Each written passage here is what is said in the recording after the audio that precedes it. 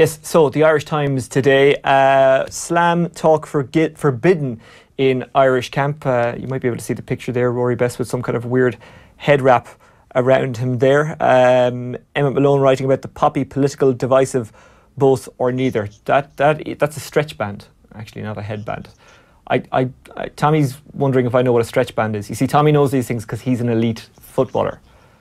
He's what? A stretch band. This No, thing. he's an elite footballer. He's an elite footballer. I've seen them in the gym years ago when I used to go, but I didn't see it around someone's head. I saw it around like your knee, I think. Yeah, it's a resistance band. I imagine it's for warming up or warming down and kind of stretching the calves, stretching the muscles, Around all that the kind head. of Pilates Yeah. stuff. Yeah, I guess he's standing there probably, I would guess. Yes. And And someone's trying to warm up his head, stretching his neck maybe. It's a good photo. Yeah, it's a very good photo. Who does it taken by? Billy Strickland. Of course, it's taken by Billy, one of the best photographers out there. So, yeah, that's what's in the Times. Slam talk forbidden in the Irish camp, but they must kind of privately talk about it. Like publicly, they're saying the right things. We're only concentrating on Scotland.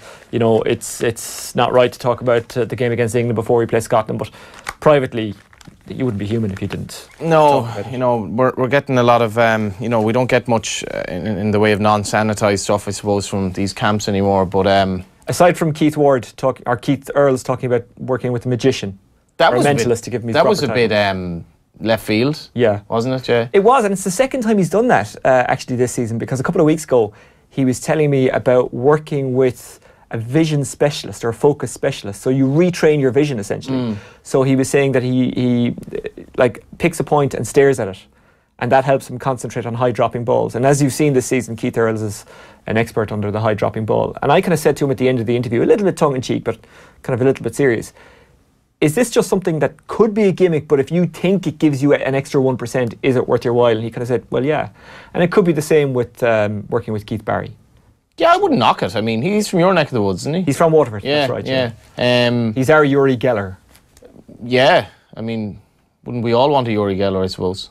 Well, the rubbing the crystals against the post in Wembley in 1996 didn't quite work for England. This is true. And the whole generation are going, who's Uri Geller? He was the spoon-bending guy. Ask your folks, they know all about him. Let's go to the Times Ireland. Tadhg Furlong returns. Ruby Walsh could return at Thurles tomorrow. Tadhg Furlong, we won't know until the team is named really about Tadhg Furlong.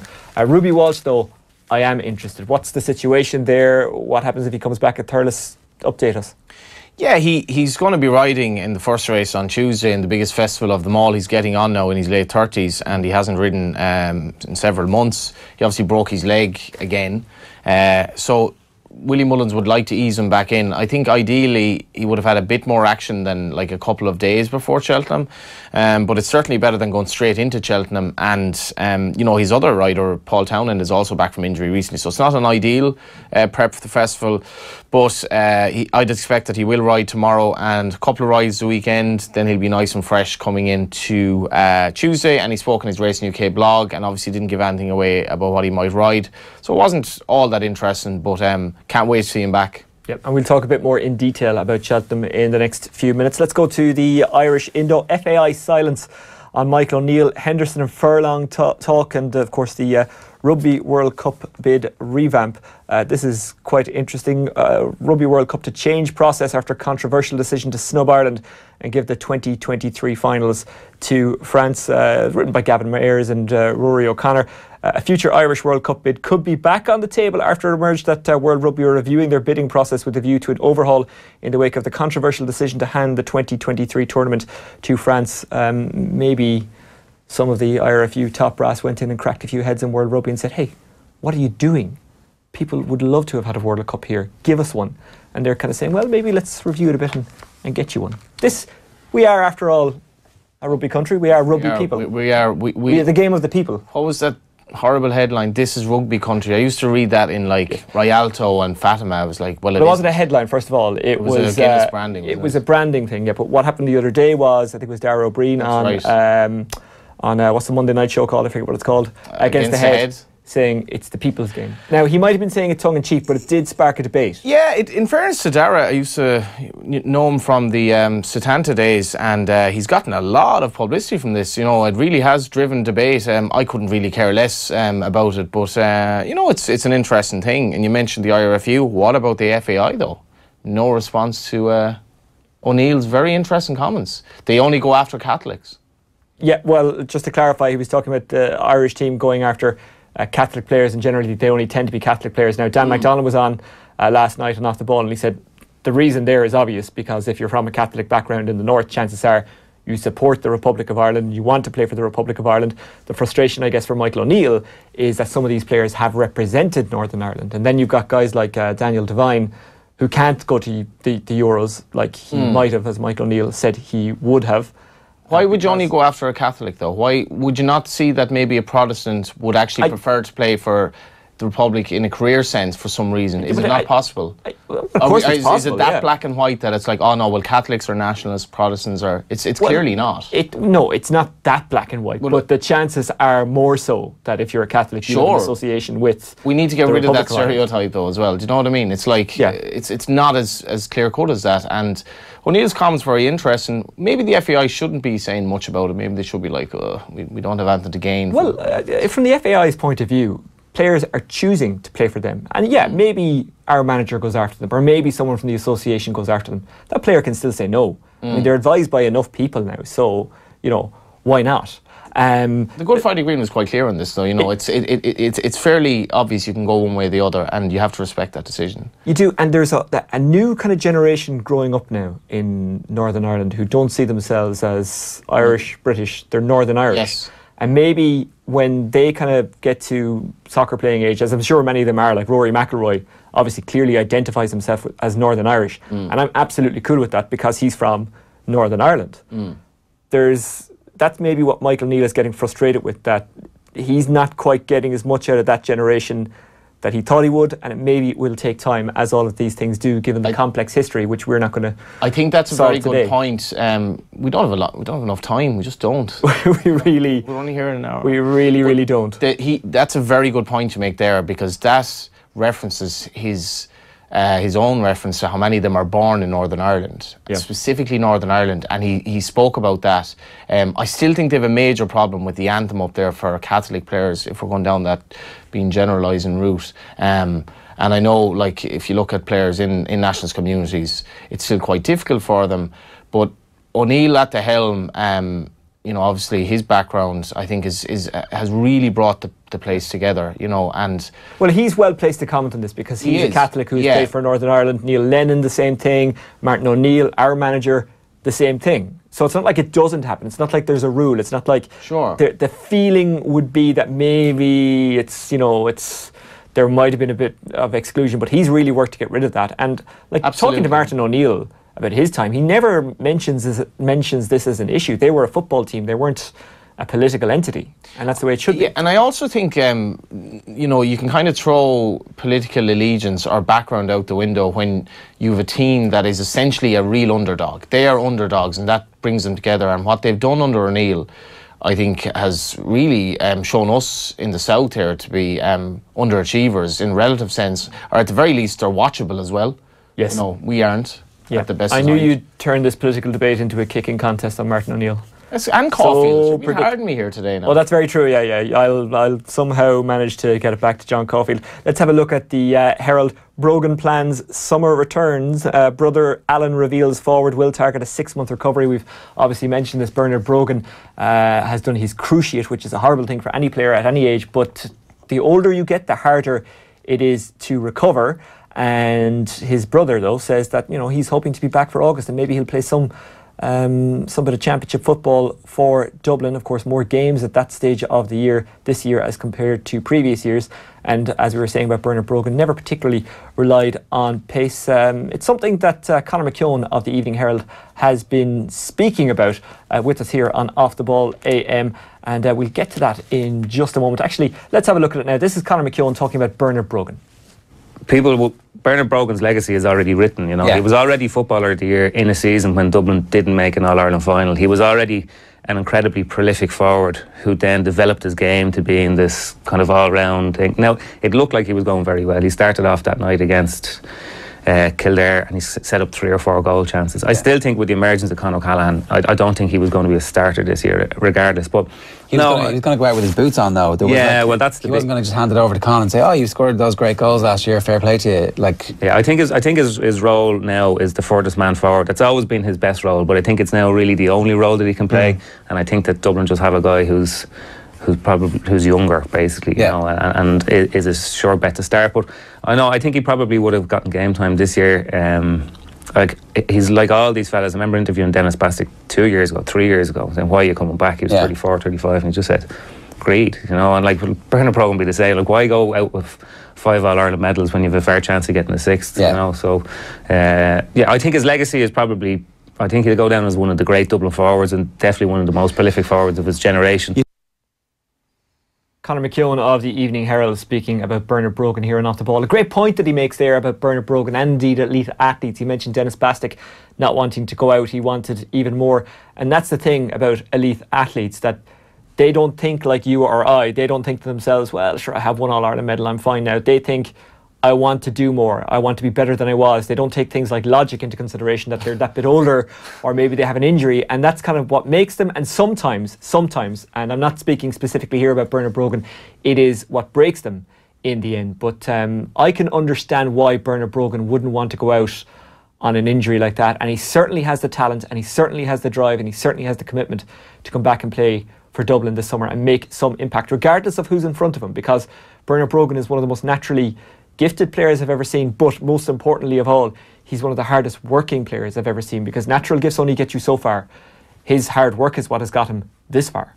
And game intelligence, I suppose, you know, as you mentioned, he's not the quickest, but for a player at that level playing Gaelic football to target coming back at 34 after a cruciate speaks volumes of him, or actually suggests that he's utterly mad, because it's not a game for 34-year-olds, it's no country for old men, and he's not going to start, clearly. You know, the best he can hope for is some sort of like key cameo role in the latter stages of the championship.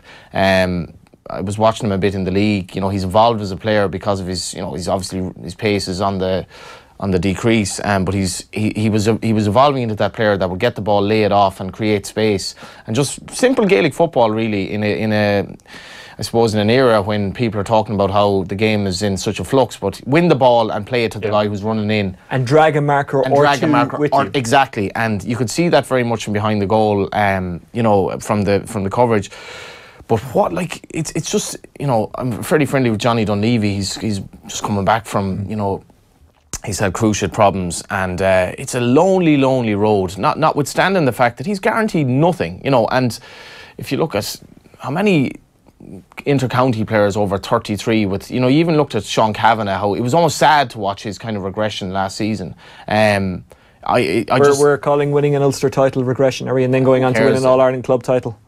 That's for regression. Tyrone, some regression. You've got amazingly high standards. I obviously for Tyrone, you could just see physically he'd slow down a lot. Well, yeah, but like where he was up the pitch, it was like trying to take the tide out with a pitchfork. I mean, they were getting no ball to him. He was battling away on his own, essentially. So I can understand what you're saying. Was he the Sean Kavanagh of the mid to late 2000s? No. I'm not saying he shouldn't have been playing, but that's a Con Houlihan analogy, isn't it? The tide with the pitchfork.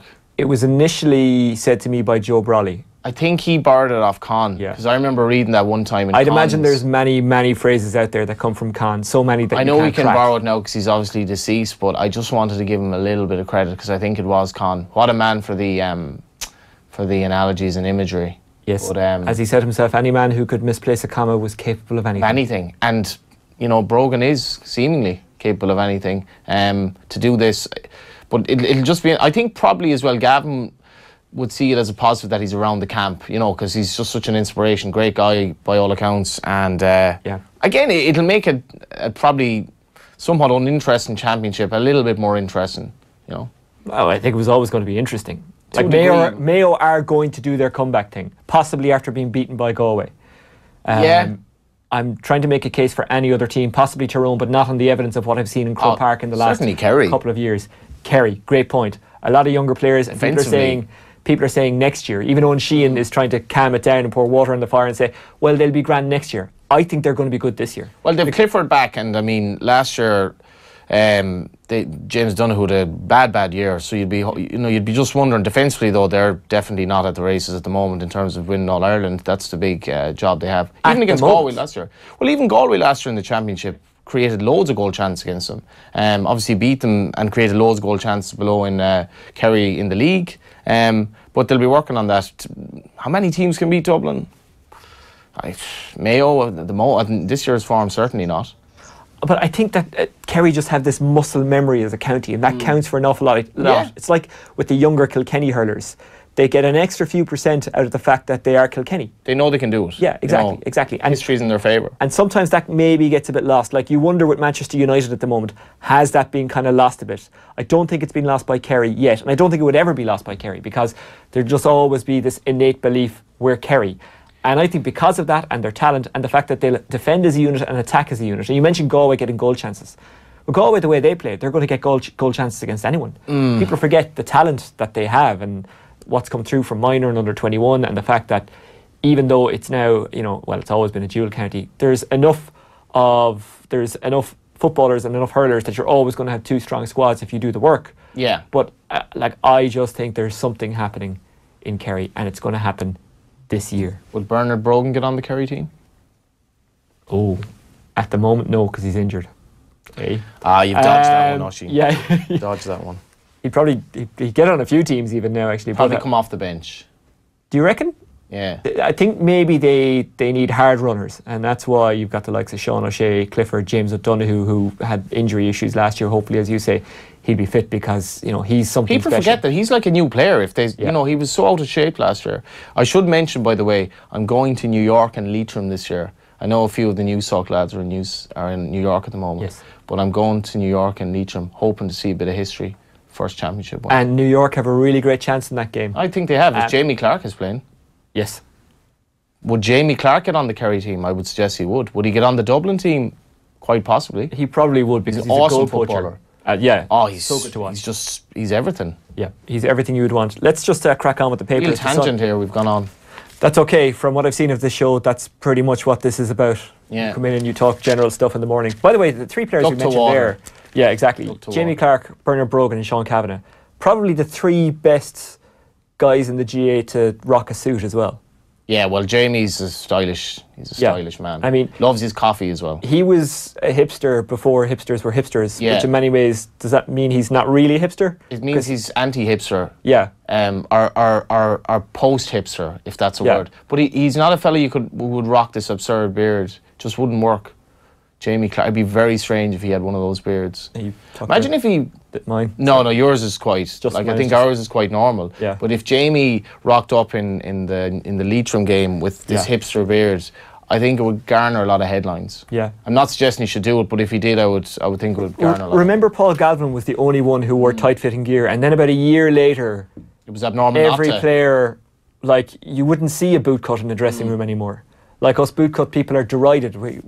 It's very hard if you're behind an individual on the street. Sometimes it's very hard to know if it's male or female anymore, if by the tightness of their pants. It really is. Anyway, Who would have thought we would have gotten to that? But you said earlier on that coming back from a cruciate is a lonely road. I can tell you, as a countryman who still wears the Buckle Wranglers shoes and the boot cut, that's a lonely road. I'm the only one. I'm the only one left. I would advise you. Even stop in that. Coppers. Wrangler couldn't be less cool. Like genuine. It'll come back.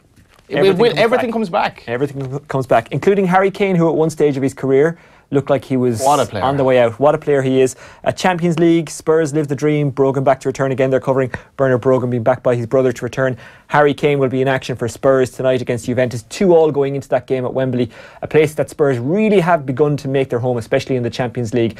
And we'll talk more about that with James Horncastle, who'll join us a little bit later. But Harry Kane, the one that got away for Ireland.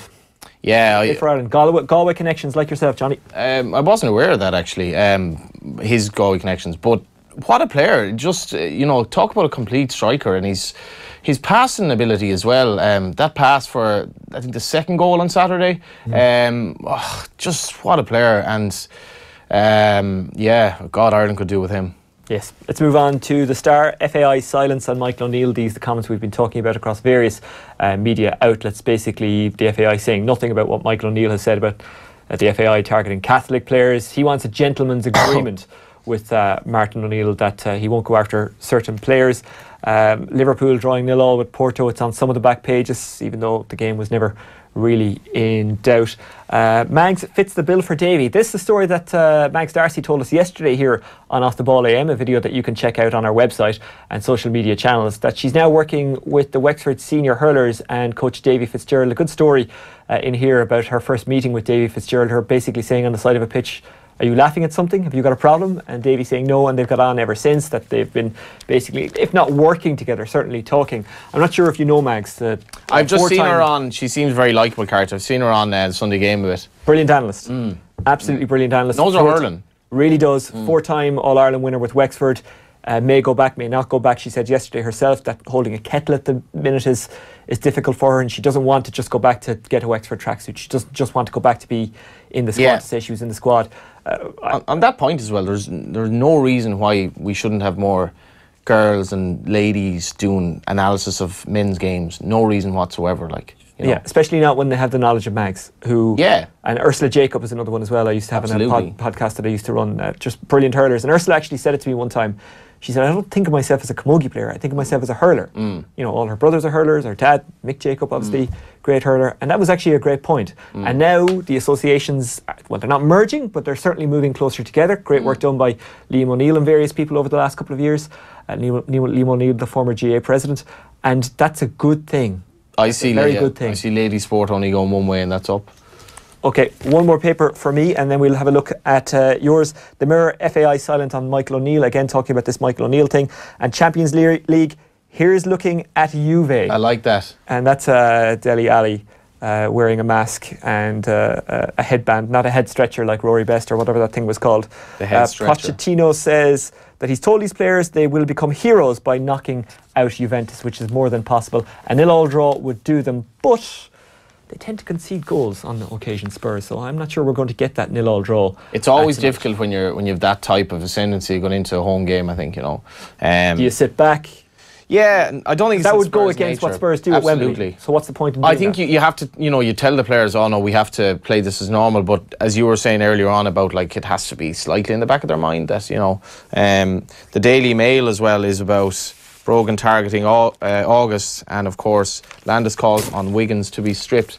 And I got to be honest now, Oisin, I've just become so bored of any cycling doping story that, like, I barely even know what this is about. I saw it on Twitter yesterday, and I wasn't even vaguely interested. It just seems to, and I know that must be hard to say for somebody who's actually into cycling. But I don't know. I think I understand what you mean. Lots of stuff on Off the Ball over the last couple of days. If you want to check it out, please do. Professor Ross Tucker among our guests on this, and Matt Lawton as well. So you can check that out on our various social media channels. The Guardian have it as well. And the Guardian looks great at the moment, it has to be said. Strip Wiggins of Tour title, Landis, and the real deal, Ronaldo gets the job done. Very disappointing from PSG, it had to be said. Graham Souness went through them for a shortcut last night on TV3.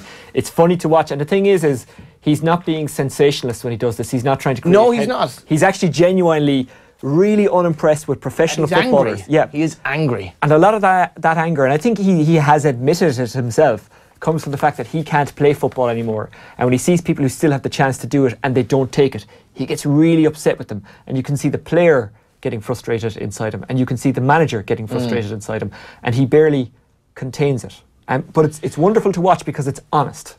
It's not pantomime. No. It's not like basically parading yourself to the audience to do the populist thing what the audience wants. Suey just does it because he's angry. Yeah. And Noel Feely should be brought up. Racing Post. This man is 42 years of age. Wow. 42. So, Super Sub Feely out to work his magic on Duke. He's going to have two huge rides at the festival. First, Sables. He's not really connected with Noel Feely, Cork man, and he is going to ride our Duke in the Gold Cup. And the Racing Post also deals with the rise of Irish winners. We 19 winners against the 9 for Britain last year, which we're not going to repeat this year, I would have thought. How do we define that, by the way? This always confuses me regards Cheltenham. Is an Irish winner Don't confuse me, it's too early in the morning. Yeah, but is an Irish winner a horse born in Ireland? Is an Irish winner a horse trained in Ireland? Trained. just train. Just That's train, it. because then we'd win everything, because they're nearly all bred written by... It seems that game is stacked in a good sense. Yeah, it's kind of nonsense, but it's a bit of crack, and but it's actually relevant in terms of the two industries, because the Irish industry is in a much stronger place, mainly because of government support and stallion exemptions down the line. A lot of reasons of why we're better than Britain, but our prize money is a lot better, but that's funded. Explain that term you just used, stallion exemption. Stallion tax exemption that CJ High would have brought in back in the day, which revolutionised the Irish racing industry and the IFSC.